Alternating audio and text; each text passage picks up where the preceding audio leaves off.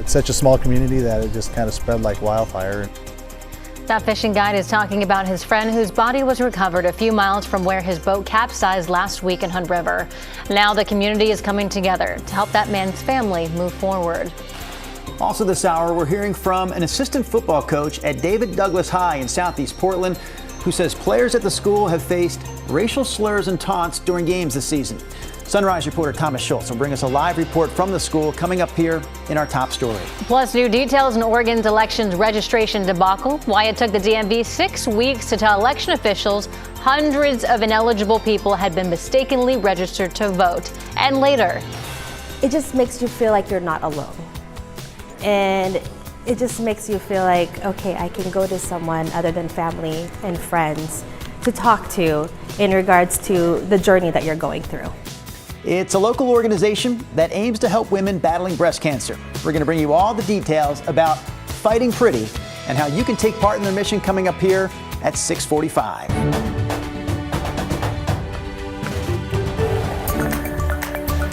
Fighting Pretty coming up at 6:45. Meanwhile, we're welcoming October all morning long here on the Sunrise Show. Ashley's going to take care of traffic for us here in a second.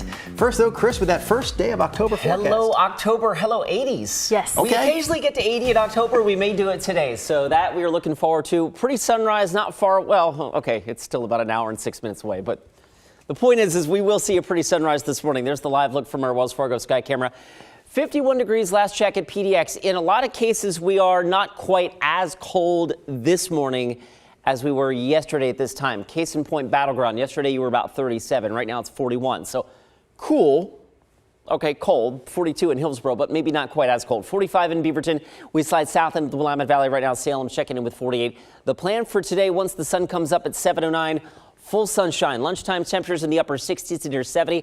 I've got Portland finishing off the day just shy of the 80-degree mark. So a really lovely day today. A little cooler tomorrow. We'll look at that and a chance of rain in our 7-day forecast coming up in just a few minutes. First, Ashley's got to look at the roads. Fall in the morning, summer in the afternoon. Sounds good. We'll start down into Tualatin this morning. This is I-5 at Nyberg. Plenty of elbow room there. A little bit busier here as we head up toward the Interstate Bridge. This is I-5 at Jansen Beach. You can see those northbound lanes fairly busy. Now, a reminder for those of you who might be heading out to the gorge, maybe trying to get one last hike in here. There's a partial closure of the historic Columbia River Highway. That starts today, and that's eastbound at Wakena Falls. So if you're traveling eastbound, they will turn you around at Wakena Falls. This again begins today and lasts several months until Memorial Day in 2025. You can still access the falls through Interstate 84. Drew, China.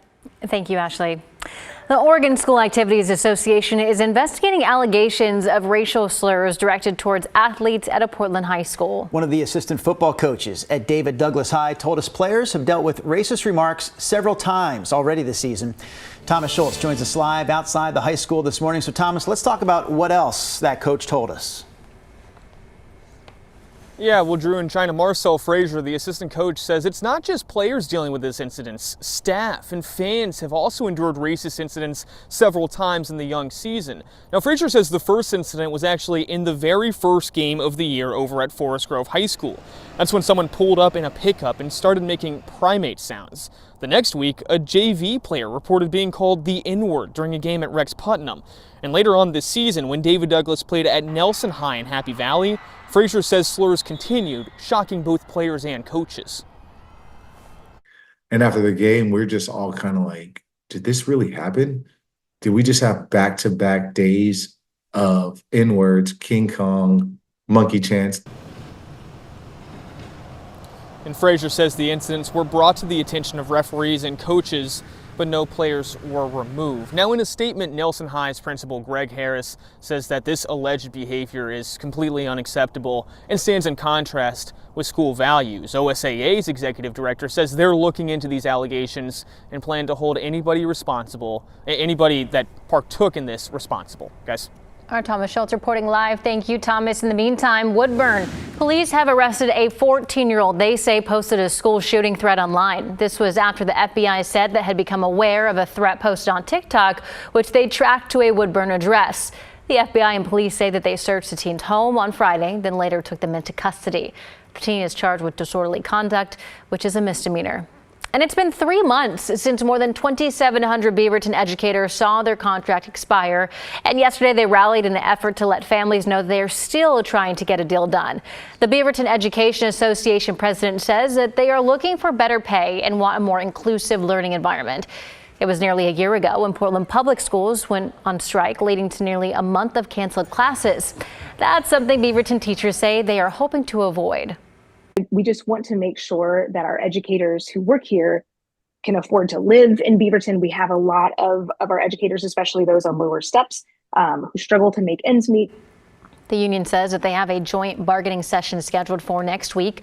School district officials didn't respond to our request for comment. We have an update this morning to a story we first broke yesterday here on Sunrise. Milwaukee police say a shooting that left a man hospitalized in critical condition happened after officers pulled him over and found he had a suspended license. So this all happened just before 1 a.m. in a Taco Bell parking lot. Cell phone video from a witness shows that police and deputies gave commands to the man. It's unclear what led up to that shooting, but the district attorney's office says 2 Milwaukee police officers fired their weapons. The driver of the car was given first aid and taken to the hospital. And we talked with a worker at a nearby restaurant that heard the shooting.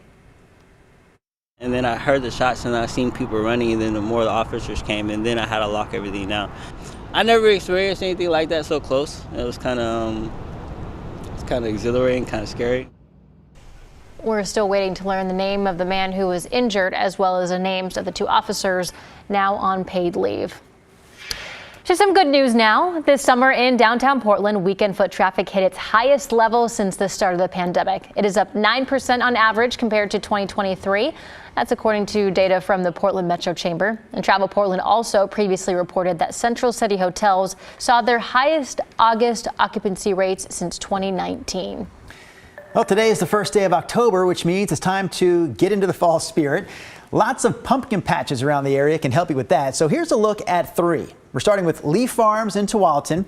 They're open from 9 to 6 Tuesday through Saturday and 9 to 5 on Sundays. They've got all the pumpkin patch classics there, like the hay rides and a corn maze. We also want to give a shout out to Yesteryear Farms down the road in Wilsonville. They're open Thursdays through Sundays starting at 9:30 a.m. and they stay open a few hours later on Fridays and Saturdays with food trucks on site and free Friday movie nights. And then one of my favorites, simply known as the Pumpkin Patch on Sauvie Island. The pumpkin field there is open every day from 10 to 5:30, and the corn maze at the Pumpkin Patch, that's what it's called, the maze at the Pumpkin Patch, is in my opinion the very best corn maze in the area. I think this is amazing because not every place around the country does this. In Vegas, our pumpkin patches and tree farms for Christmas are in like a Safeway parking lot, Lowe's parking lot on the corner. Like, they don't have enough water down there. This is so exciting and cool. We get the real seasons around here, Sean. You do. We get the real seasons. It's beautiful. Can I shout out 2 more pumpkin patches real quick, Chris? Please. French Prairie Gardens in St. Paul. I think I've covered that place between 75 and 95 times on the Sunrise Show in the past, but great family there that runs that pumpkin patch. And then one that we're going to check out on Monday. Yes. It's Heiser Farms in Dayton. And Chris, that's the place that has those pumpkin cannons that shoot pumpkins and knock over barrels and tear up cars.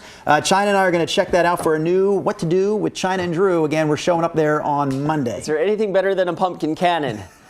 You know what's better than that actually is not traipsing around a pumpkin patch that's all muddy and whatnot. And once again, continuing the theme of Octobers that have been warm and somewhat dry here in Portland, I can let you know that we are staring down possibly an 80-degree day and a forecast over the next 7 to 10 days that is generally dry and quite warm. I've got near 80 in our forecast, by the way, this afternoon. Last year we hit 84 times in the month of October, and of course in 2022 we hit the record 12 80-degree days in the month of October. The point is that October can still be nice, and it can also be not nice as we get towards the end of the month. But for right now, we are looking on the nice side of things. We are clear, we are dry out there. Our next weather maker offshore will drag a front through the region later today. That may provide some light sprinkles along the South Washington and the North Oregon coast late this afternoon or early evening. Pretty unlikely that any of that moisture makes its way inland. So at the beach today, morning sunshine, afternoon increasing clouds with a slight chance of a shower, especially from like Cannon Beach and points north through the gorge. Sunny and warm, breezy, of course, through the west end of the gorge. Again,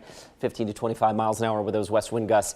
And then up and down the I-5 corridor, this is just glorious. Full sunshine, 75 in Longview, into the 80s, I think, for Corvallis. And for McMinnville, Salem may be up to about 82. And then for the rest of the region here, you can see temperatures inching towards the 80-degree mark here in Portland, into the low 80s in the Columbia Basin and Central Oregon as well. So a glorious first day of October. Cooler certainly tomorrow with highs in the upper 60s. Morning clouds give way to afternoon sunshine. And then the remainder of the week looks pretty good, although I do have a slight chance of showers on Friday. We'll take a closer look at that coming up after this break.